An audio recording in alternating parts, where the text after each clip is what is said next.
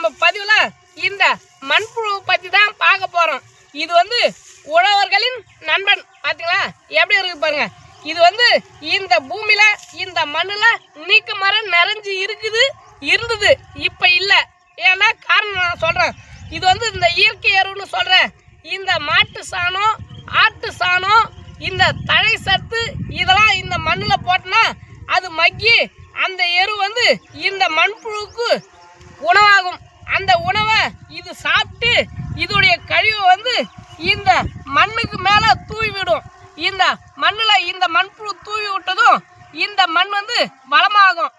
இந்த மண் வளமானா நம்ம ஏர் ஓட்டும் போது இந்த மண்ணுல சத்து, அனைத்து சத்து, அதாவது அம்மோனியா, பாஸ்பேட்னு சொல்ற அனைத்து சத்துமே இந்த மண்ணுல கிடைக்கும்.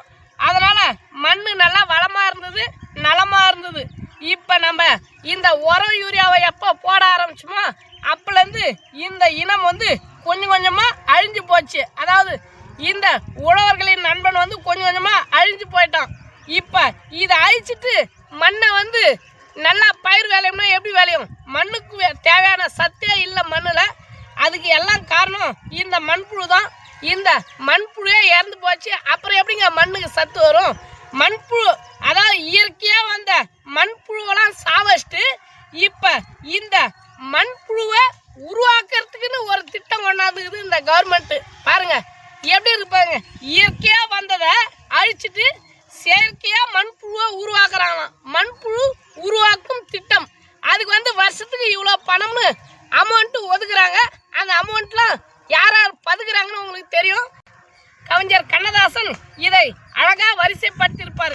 என்னன்னா, ஒன்றிலிருந்து ஒன்று, ஒன்றை தின்று ஒன்று, ஒன்றுக்காக ஒன்று, ஒன்றோடு ஒன்று, ஒன்றின் மேல் ஒன்று, ஒன்றுக்குள் ஒன்று. வாழ்க்கை இவ்வளவுதான் முடிச்சிடும். சங்கிலி தொடர்பு. அதாவது ஒன்றிலிருந்து ஒன்றுனா இந்த மண்ணுல இருந்து இந்த மண்புழு, ஒன்றை தின்று ஒன்றுனா இதை தின்னு மீன் வளருது, மீனை தின்னு மனுஷன் வளர்றான். ஒன்றுக்காக ஒன்று, அதாவது பிள்ளைக்காக தாய் படும் பாசம், பிள்ளைக்காக தாய் வைத்த பாசம். ஒன்றோடு ஒன்று, ஆணும் பெண்ணும் இணைவது ஒன்றோடு ஒன்று, ஒன்றின் மேல் ஒன்று. அதாவது இந்த பூமி மேல மனுஷன் நடக்கிறான். ஒன்றின் மேல் ஒன்று, ஒன்றுக்குள் ஒன்று. கடைசியா இந்த மனுஷன் ஆடி முடிச்சு கடைசியா இந்த மண்ணுக்குள்ள வந்துடுறான். அதான் ஒன்றுக்குள் ஒன்று.